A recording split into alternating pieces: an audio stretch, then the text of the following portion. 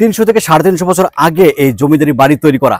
দেখেন তাদের এতগুলো রুম, এতগুলো কক্ষ কেন হয় একটা জমিদার বাড়িতে। ওই পাশে দেখেন, এই পাশে দেখেন, এই পাশে দেখেন, এবং এই পাশটাই দেখেন। আমরা মানে যতদূর জেনেছি যে 50 থেকে 60টি কক্ষ আছে। তার মাঝে আছে আপনার নর্তকীরা নাচার জন্য যেই নৃত্যের যে ঘর, বিশাল বড় আয়োজন। তখনকার সময় কিন্তু এই জমিদারির বাড়ির মধ্যে কিন্তু মানে সবচেয়ে আকর্ষণীয় থাকতো নৃত্য করা। নৃত্যের তালে তালে, নর্তকীর গঙ্গুরের তালে তালে কিন্তু জমিদারদের ঘুম ভাঙতো। এত বেশি, এত আকারে তাদের রুমগুলো থাকে।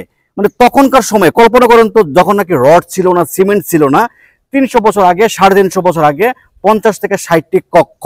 তারপর আছে আপনার কনফারেন্স কক্ষ, আরো অন্য অন্য কক্ষ, ডাইনিং, কিচেন, সুড়ঙ্গ পথ থেকে শুরু করে কত কিছু ছিল।